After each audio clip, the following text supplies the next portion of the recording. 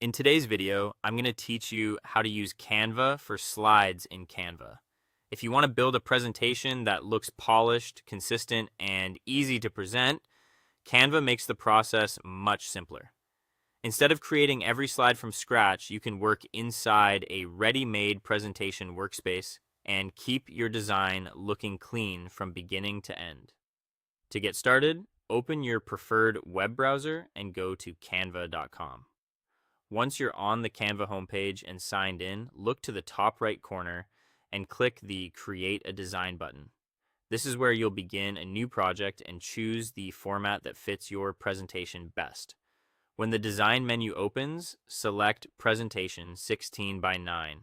This gives you a widescreen layout in a full high-definition format, which works well for most modern displays, projectors, and online meetings. After you click it, Canva will open a fresh presentation canvas so you can begin editing right away. Next, go to the left-hand sidebar and click Design. At the top of that panel, use the search bar to look for a presentation style that matches your topic. You might search for something like a tech startup pitch deck, a corporate training slideshow, or a minimalist project proposal. Once you find a style you like, click on it to preview the slide set and apply the look you want. To keep your slides consistent, use the duplicate page icon above your current slide thumbnail. This is a great way to copy the same structure, spacing, and layout so you don't have to rebuild each slide manually. Once your slide layout is in place, start editing the text. Double-click inside any text box on the slide and replace the placeholder content with your own title or body text. Then use the toolbar at the top to adjust the font style and formatting.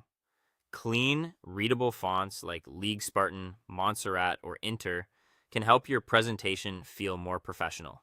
You can also use bold formatting to create a clear visual hierarchy between headlines and supporting points. If you want your presentation to feel smoother and more dynamic, add transitions between slides.